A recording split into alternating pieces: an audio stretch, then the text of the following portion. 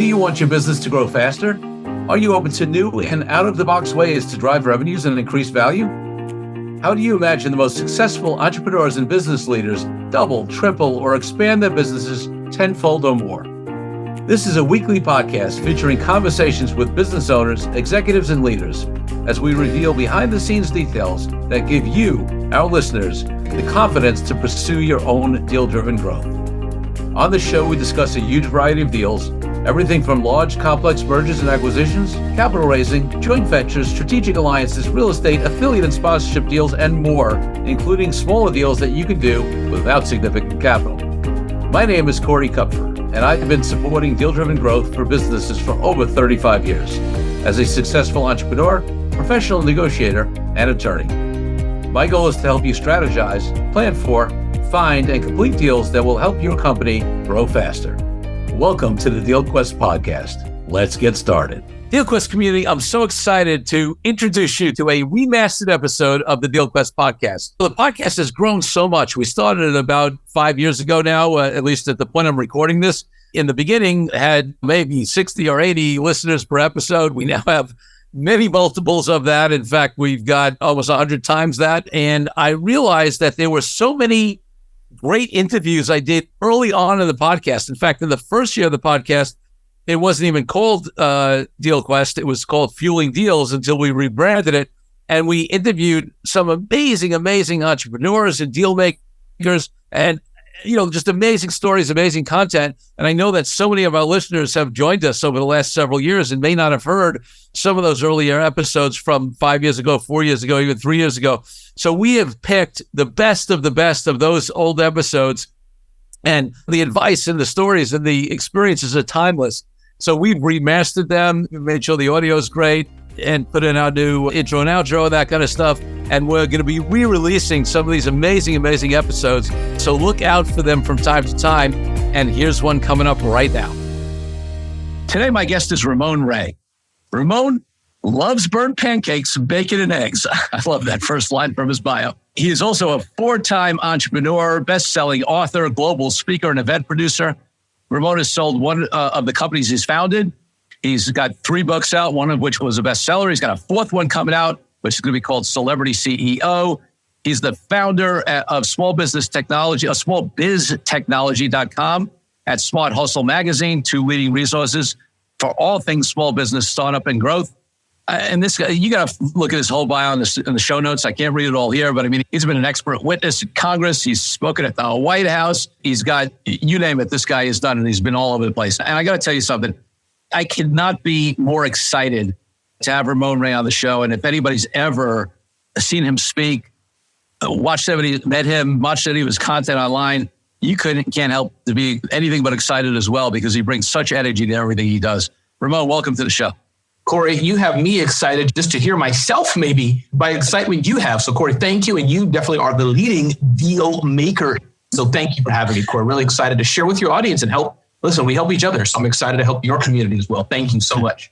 Absolutely. So listen, before we get into what you're doing now, the deals you've done and a particular expertise and superpower you have in a particular type of deal that I want to focus on, I want to take you back. When you were a little kid, what did you want to be? Because my guess is, I don't know, maybe it was a speaker, an authority, an expert, but I have a feeling maybe not. Corey, what I wanted to do when I was a kid, and I remember clearly, we don't remember everything about childhood necessarily, but I remember a visual image. And I'm going to tell you, I still want to do that, or the industry today, I still want to do it, Corey, but due to age and other things, and you'll understand what I mean in a minute, I can't and I'm not. But Corey, my wish back then was to be a member of the Federal Bureau of Investigation. I remember when that's FBI, when I was about 10 years old, Corey, 9 years old, I remember I wrote a letter, no email, to the FBI field office in this Midwest state I was born. And they sent me back the application forms, and I tried to do the push-ups and all that. And I remember it, Corey. Today, I want to be in the Secret Service or the President's Counter Assault Team, Secret Service. But anyways, you didn't ask for all that, but that's what I wanted to do. I love it. And what was your first real business, however you define that? Yeah, first real business that I can remember. And it was when I was probably about 16, 17. So I've always been hustler, as it were, and doing fun stuff as a kid. But I think really came to age when I worked for a grocery company, grocery store, and I was a dock boy. So I was on cashier duty, and I guess I didn't know I was going to be a speaker then, talking so much. I let the lady go with about $40 worth of groceries without her paying because I was so excited to be a cashier. And that was, I think, one of my first jobs, being a cashier. I love it. I love it. So, all right, just give us a couple. I mean, you have so much going on. You've got the books, you've got the conferences you run, you've got your businesses. Just give us just a couple of minutes on what you're doing now and who you serve, and so people get to know you a little bit. Yeah, and thank you for giving me the opportunity, Corey, because many people don't understand. It's not like I'm saying I'm a attorney or an accountant. People kind of get that, even though you can do a lot of things. But in essence, Corey, and you can help me say this better, maybe you help me get my pitch. But all the stuff that I'm doing, Corey, is in the content world, educating people. So books, conferences, online, Twitter, waking up at 3 a.m. and wiping sleep out of my eyes and doing a Twitter chat, whatever. It's all content. And most of that is free. It's all content. And I work with large brands in the influencer marketing space, as it were, who want to reach that audience and or use Ramon to show their authenticity or their credibility. So that's the world I'm in, producing all this content to build a fan base, build a community, harkening back to kind of what Seth Godin talks about. And I monetize that in a very genuine way. I think you'll attest to that by working with some of the leading brands, all the products we small businesses use their stuff. And they say, Ramon, can you do a Twitter chat with us? Can you come and speak? Can you host an event? That's the world I'm in. So this is great. And that's what you've sold a business in the past. We may have time to get into that. But one of the things that I talk about on this podcast and is the whole setup of the podcast is that there are so many different types of deals that entrepreneurs and larger companies can do. And a lot of people, when they think about deals, all they think about is M&A. All they think about is mergers and acquisitions. And I preach that, there are joint ventures and strategic alliances and licensing deals and sponsorship deals and affiliate deals. And my goal, and one of the things that I love about having you on the show now is, although we could talk about the company that you sold, there are plenty of people who can talk about that. But what you do in terms of the deals that you alluded to with brands and how you do those deals and the concept of getting sponsors for events, being an influencer, I don't know if you have any kind of affiliate relationships with anybody, but that's a world that I think a lot of people don't understand. And certainly, and it's funny, I mean, people in general, entrepreneurs in general don't understand it. And even Ramon and I are both professional speaking members of the National Speakers Association. We travel in that great community, and there are a lot of really phenomenal speakers in there. And even in our community, in our speakers community, Ramon, a lot of people don't understand the opportunities beyond just getting a check for them being on stage for what they can do. So I'd really love to first delve into this whole area of these sponsorship deals, relationship deals, influencer deals, and tell us about how those work and how you've leveraged that. Absolutely. And Corey, I'll add a little bit, alluding to the point about deals, just to put this as an underline. I'm the type of person, Corey, and again, nice guys finish last, but that's for working with friends. You have the deal-making mind, so you could kind of slap me into shape. No, Ramon, we're going to stop doing it. But we all have a way we can help each other. But my world, Corey, over the last over 20 years, it's really, I've been so blessed because I am more of a give first.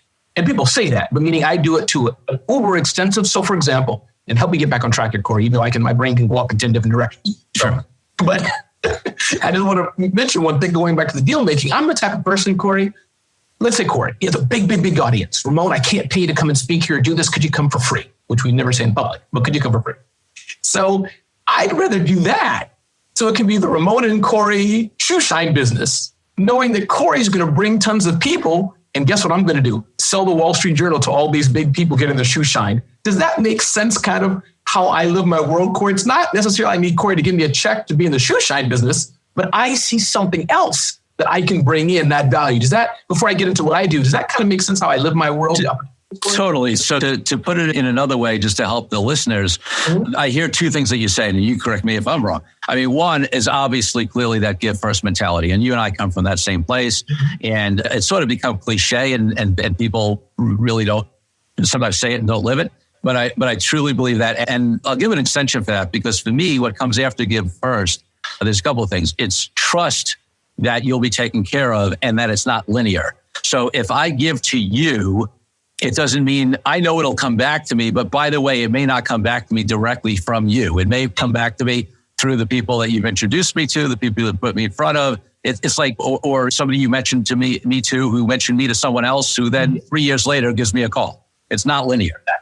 And then the second piece I heard you say, which is also important as a deal strategy and a business strategy, is, hey, I don't need to get paid necessarily all the time. And listen, there are times you do get paid on the front end, but I don't necessarily need all the time to get paid on the front end because I have a back end that of value that I can provide to people that I trust if I get in front of them, enough of them will take advantage of it where I'll be able to get paid another way.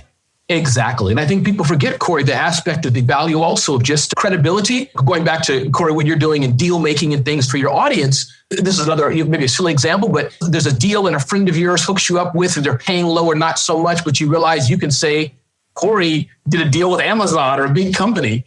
That stuff, Corey, I do those kind of things. I'll put it on my website. So it builds my credibility, but I'll get back to me. But those are the things I think that, to your point, deal making, yes, it's about money and getting a check. We all want to live, for sure. Corey and I are not saying that. You're going to get paid.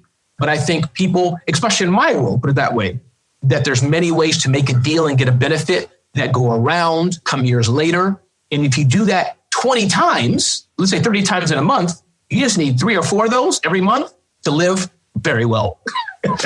That's right. And here's the interesting thing. I mean, that point you raised is actually certainly not unrelated. In fact, it's totally related to the place we're about to go in terms of the kind of deals you do with sponsors and brands, because what you're also doing is you are providing value to those sponsors and brands. You're getting in front of them, you're building relationships, which actually is part of the way you set up the ability to do the kind of deals you do with them. So let's talk about what those are. Yeah. So let's use an example. I won't mention brands. I could mention some. No, there's no confidentiality, but let's talk about a telecommunications company. Yep. Big $1 billion telecommunications company. This is a real example of one of my clients. You can help me unpack this. Tell me how deep or where you want to go. So big telecommunications company, they have all the money in the world, Corey, to do whatever they want. They don't need a loan. They can buy out Yankee Stadium, rename it to their name. They can do it. They get Super Bowl commercials, whatever they want to do. Exactly. Yeah. But of course, they're growing. And so they're looking for other new opportunities. So that's one tip. That's one thing to know. 2, remember, there's different people in the company that have different needs. So that budget may be for the big brand name, but then there's Javier. He's in charge of growing their wireless business. You know, he has a certain budget for his stuff. So that's another thing to keep in mind. Big companies have different areas and slices of the business, which I can get into how I do that sometimes as well. Third thing is, so where I come into the influencer sponsorship marketing is that companies then say, okay, we need to build credibility. We want authenticity. Who can we look out to do this? Now, this is why they may do deals with Serena Williams. She's a global, instantly name recognizable person. And most of your audience already gets that side of the world. We're going to hire, I don't know, Michael Jackson always did, but whoever, big star. Where Ramon comes in, Ramon has a small audience. He's built 20 years of credibility. He has a decent Twitter following. Okay. We don't have to pay him $20 million or whatever Beyonce or Serena gets. We can pay him 10, 15, 20, 30, 50,000 depending on the deal. And over time, that still builds our credibility. Over time, we can use the content he's helping us create, and we can put that in a campaign. And going back to our previous point, Corey, now Ramon's brand is even more, and Ramon's in a Super Bowl commercial. That hasn't happened yet. But in essence, Corey, that's the world I'm in. Building the goodwill, going to the example we used earlier, Corey got me in front of the Boy Scouts of America or Girl Scouts. Big brands saw that. Now they're paying Ramon because they saw Ramon was with a nice brand. And furthermore, they want to work with Ramon for the credibility. That's the key, my part of my world. They need the credibility, the real story, and or authenticity. That's the world I'm in, working with these big brands. And it's not in fairness, Corey. The local guy who's the local accountant, small accounting firm, small law firm, they probably don't need Ramon. They need to do other things. They have a sales team. But as you get bigger and you have that discretionary budget, that's where I come in. Let me know if that made any sense at all, Corey. No, that's totally great. And let's drill it down so the audience really gets it. And I'll put it in the most sort of coarse way, right? What do people write checks for you to do? Yes. In that world. Love it. Writing checks for me to speak, writing checks for me to host events. And that's a growing part of my business, not about the technology marketing, just to host and add some energy, speak, host events, writing me to help them produce content, not because they can't, but they want Ramon's name attached to it. So those are 3 big drivers I have: the host events, speak at events, helping people produce content that's authentic, original, and looks Ramonish. And then as inherent in all of those is that they know you have a following and an audience, and we get it. It's not a Beyonce or Serena following, but it's significantly more than the average person out there. And inherent in that is that you're going to be promoting your speaking, your content, everything you're doing out to your audience as well, correct? Exactly. And that's the world of kind of that micro influencing. Not quite like the Instagram people showing off, putting on makeup, but on that side of the equation, you have a certain following, a certain reach. We'll want to use 50 of you to boost our product. Right. And then the other thing that you do, right, is you run some conferences, and sometimes they will write checks to sponsor at your conference. Is that right? Absolutely. Most of the time, Corey. Yeah. Maybe, friend and family can get in there, and I'll put Corey and Becky up to the fringe aside somewhere.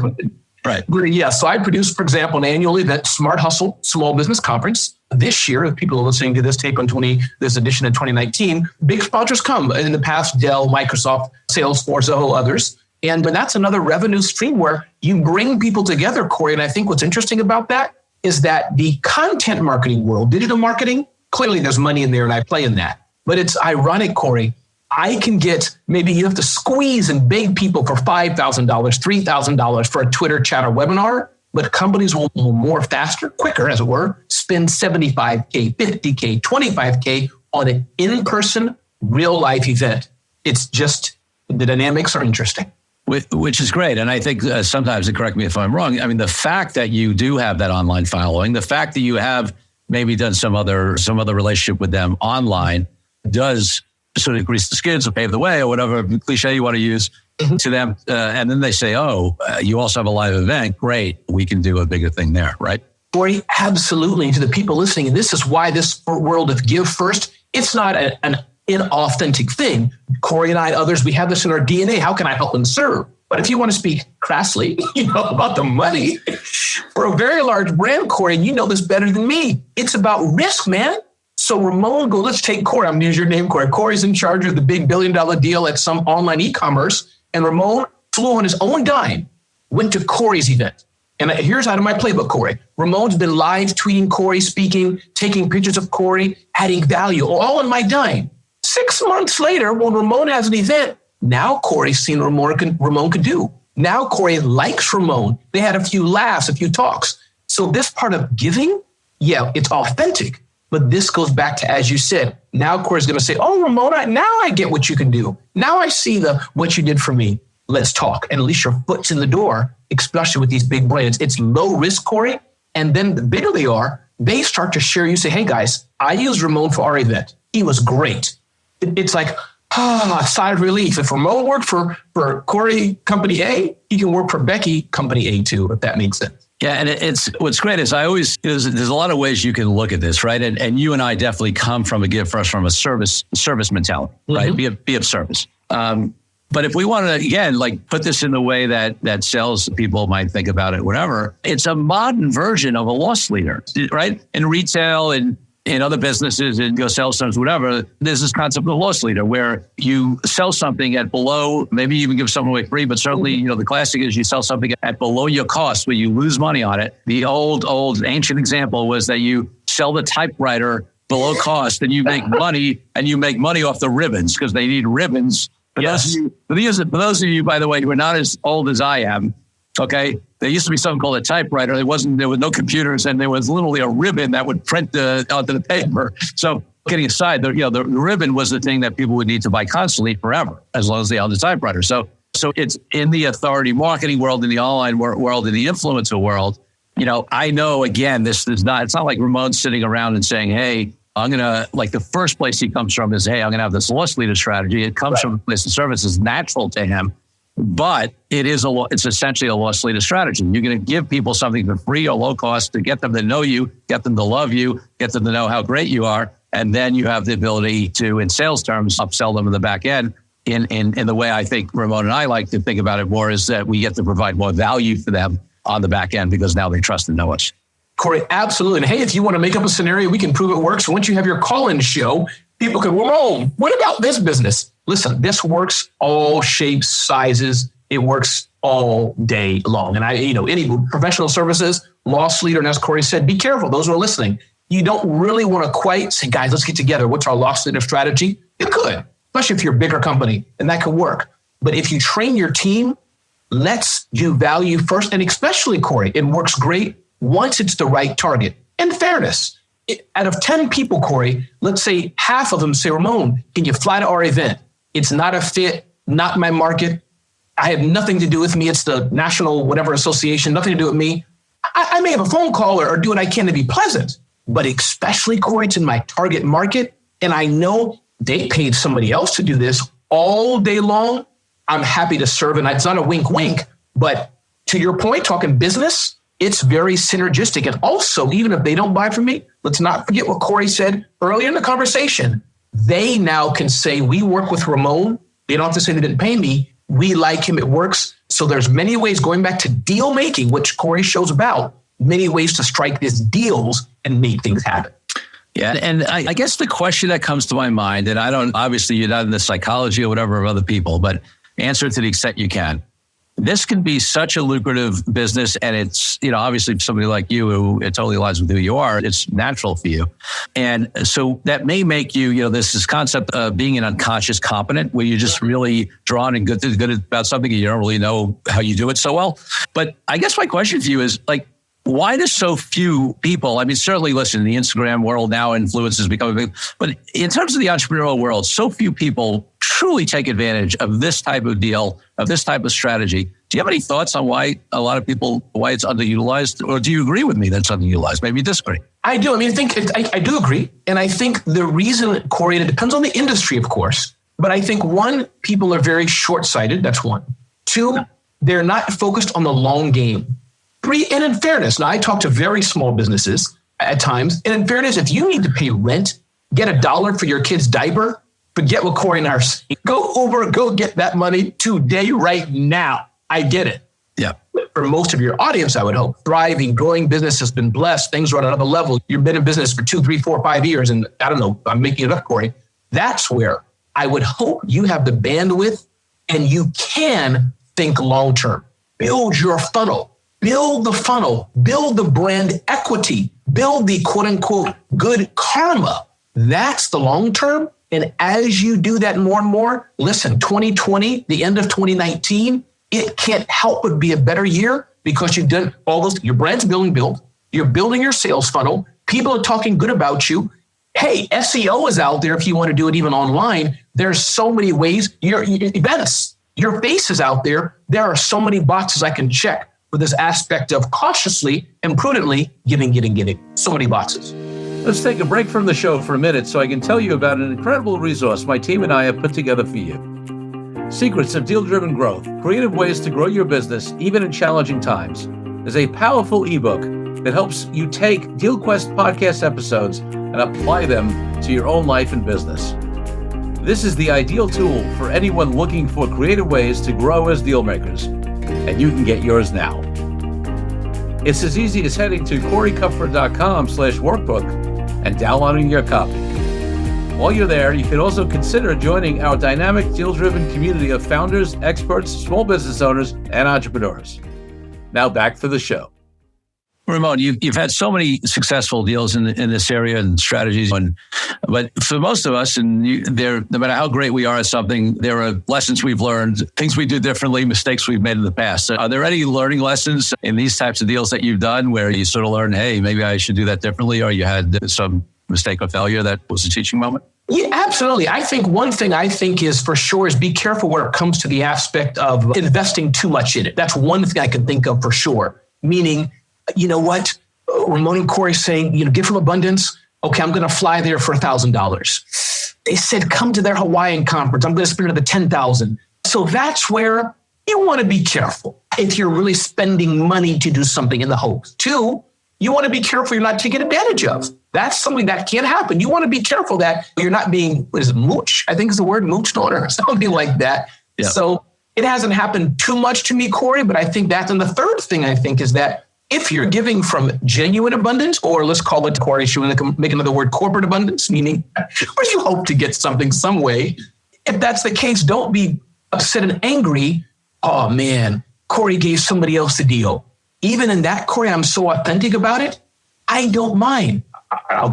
So let me stop there. But those are the three things that I think. So yes, I've been burned. And I think the way not to do it is just to do it a little thoughtfully and strategically. For example, many people, I'm sure you, Corey, let's have a lunch, dinner, meet up with me. Phone calls, Corey, 15 minutes, 20 minutes, I'll do all day long. And I may have to schedule it out to April or May, but I can limit how I give it. Maybe I won't fly to see you. I can do a 5-minute call. Maybe I can't let you come to my conference for free, but I can give you a discount. So there's many ways to be abundant. I love that. What I hear, because listen, that is a challenge, because anything in the extreme is a problem. And I think for people who do customer service and give first mentality, there is this risk sometimes that they do give too much of themselves, and not take care of themselves, whether it's financially, time-wise, energy, all that kind of stuff. So I think it's a great point. I sort of think that I haven't thought of it this way before, but when you were making that point, what popped into my mind is the phrase is give first, not give everything. Yes. Love it, Corey.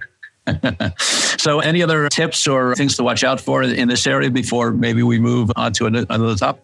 Yeah, I think, listen, be careful. Watch out also for serendipity. It may not be exactly on point, Corey, but I know I found in my business. If I put myself in the right pool and then give the part of giving, and serendipity always happens, if that makes sense. You don't want to spread yourself too thin, but if you're going to 10 conferences of people who like, and trust and want to be around, man, in that kind of field all day long. Corey, you and I mentioned, the NSA, we're mutual colleagues in that. That's not a correct direct audience for mine, but you get what I'm saying. I'll give all day long in that defined group. These are my people. Yeah, that's great. So let's just spend a couple of minutes. So you have done a deal to sell one of your businesses in the past. Tell us a little bit about that and what was it like? Obviously nothing confidential that you need to reveal, but how did you sell it? What kind of business? How was it structured? And any lessons from that experience?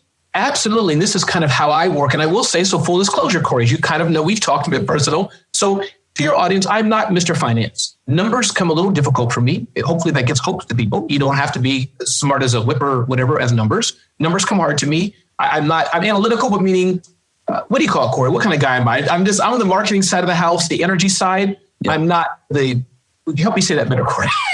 No. Listen, and it's interesting because Ramon, you're like, frankly, a lot of entrepreneurs, right? Visionary, forward-facing, out there, passion, et cetera. Listen, I'm not a detail guy. Les McEwen talks about visionaries, operators, and processors, and they're all crucial people in a business, especially if you want to scale it. And us visionaries need people who are operators and execute stuff, and we need people who are processors, and we tend to stink at that stuff. So, numbers is just a part of that. So having said it, good. And nor you, Corey, I see you though as more of a numbers and you have that side of the brain that I don't have so much of. But going back to the deal, and this is how my playbook, I've only been one, but my playbook for second and third and hopefully other deals is that I had an event company, small business summit. I launched it in 2005 with a partner of mine. And that's a whole other topic, but a partner of mine and how I got her partnership is amazing as well. And I'll just say it, I don't offend anybody. At the time, I was a young, thin, black guy. She was an older, gray-haired white lady. So it was just a comical, beautiful combination. But so 2005, we had the idea to bring together entrepreneurs. 2006, we did our first event. We figured nobody will come, nobody will sponsor. Lo and behold, about 300 people came and do it. Intel and other brands signed on and sponsored. And so a few years later, meaning now and today, a similar event is done and et cetera, it's going strong. So how we did that, Corey, I had a relationship with a blogging company, a company that did blogging and events in the content space. The guy knew me. I had been to his event a few times. He knew of me. Lo and behold, you're chattering, you're talking to people. And this is the key. I was in the swimming, in the pool, in the conversation flow, right time, right place, right person. They trusted. And it so happened he was looking to grow. So I'm like, listen, would you like to invest in, hopefully buy, more than invest in, my conference?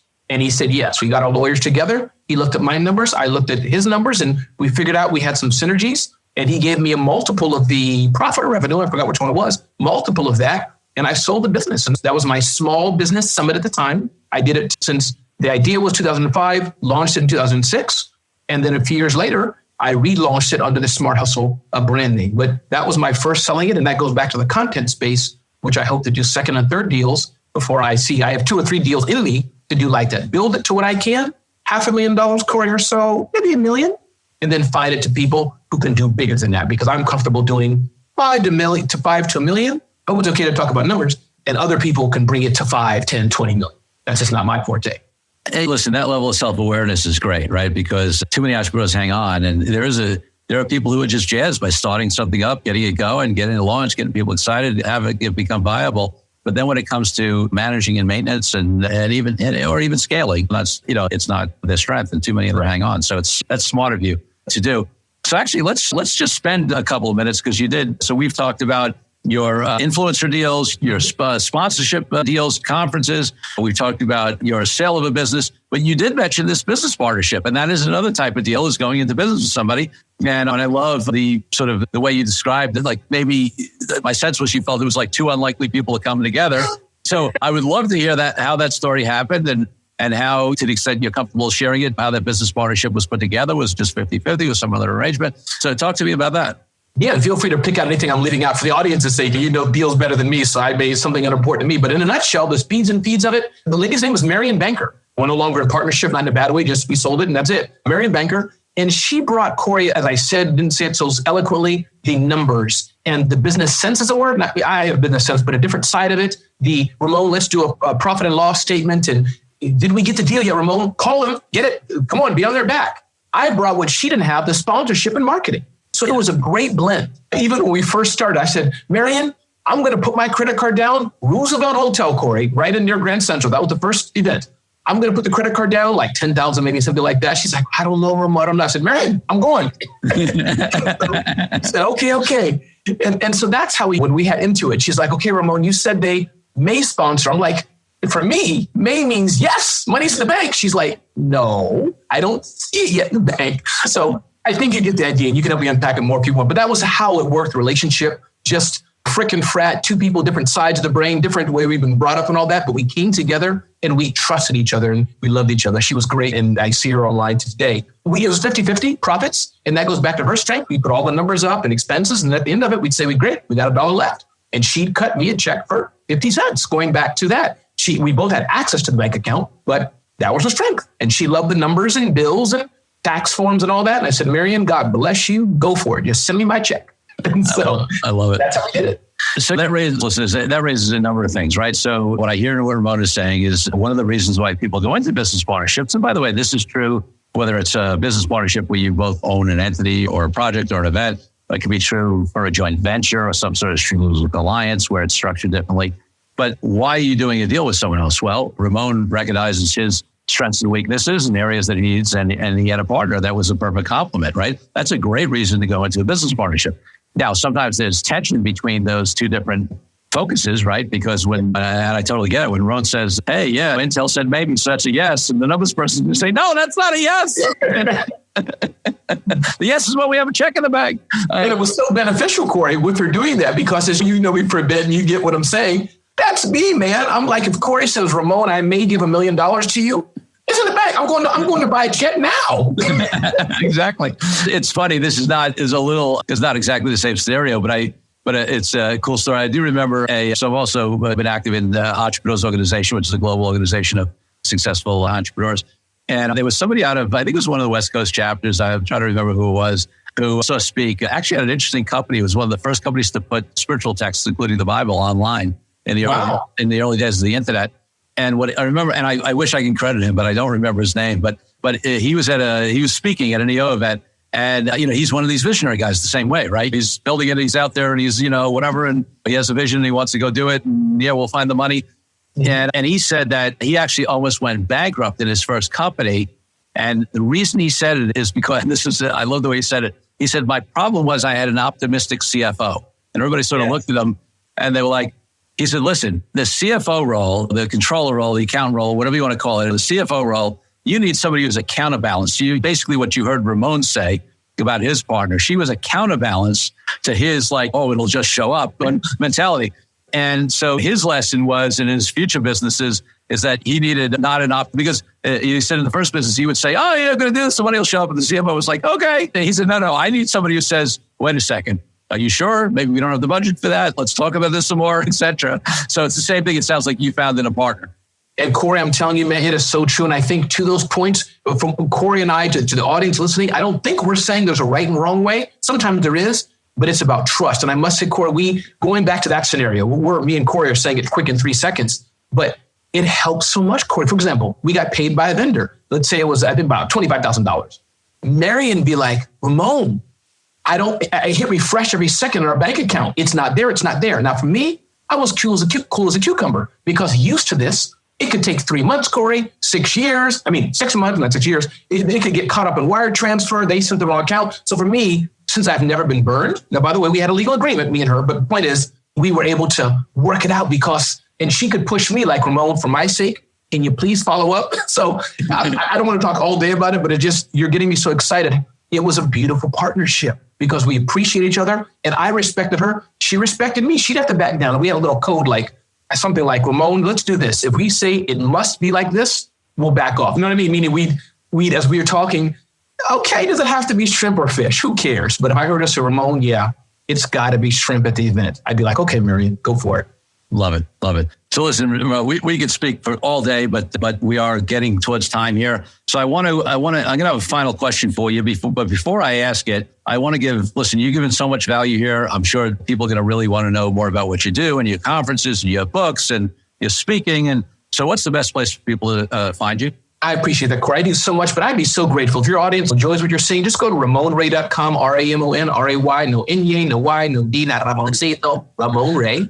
And just follow me to Twitter, Instagram, add your email list if you want to hear more of it, and you'll hear everything I do. That'd be the biggest thing people could do, just follow me, and that's the biggest appreciation. That's great. Ramon, it's interesting for me because my final question on this the podcast series is always the same. And you've talked so much about it already. So it's interesting.